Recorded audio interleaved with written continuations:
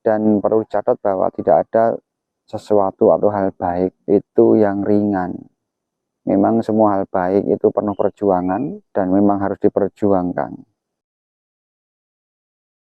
Selamat datang di channel Denny Sigit.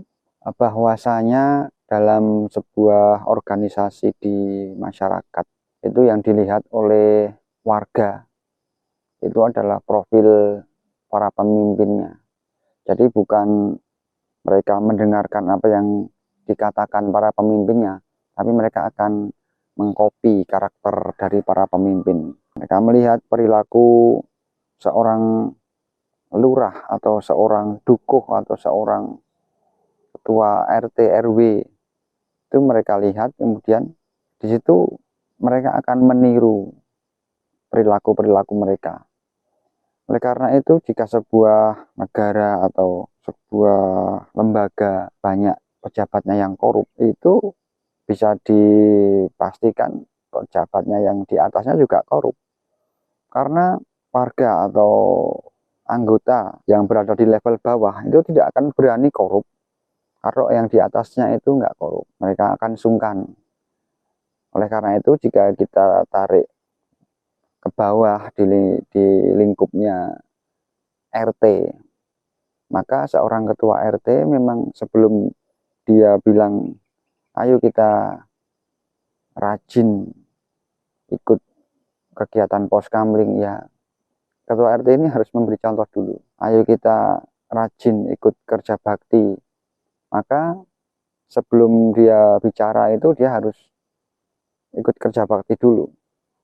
Nah, di poin inilah mengapa banyak orang atau banyak warga itu yang tidak mau menjadi ketua RT, karena sejatinya mereka harus memberikan contoh yang berat. Dan perlu dicatat bahwa tidak ada sesuatu atau hal baik itu yang ringan. Memang semua hal baik itu penuh perjuangan dan memang harus diperjuangkan. Nah, dan hal baik dari seorang ketua organisasi, ketua lembaga, ketua RT itu juga tidak bisa dipukul rata.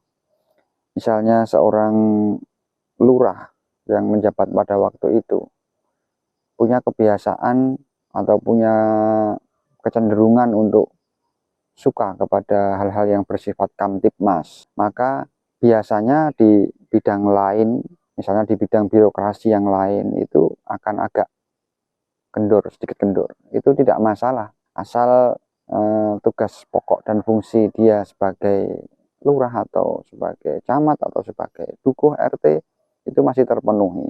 Memang nanti ada satu sisi yang menonjol dan satu sisi yang agak kurang, gitu. Itu nanti kita harus melihatnya saling melengkapi. Begitu juga di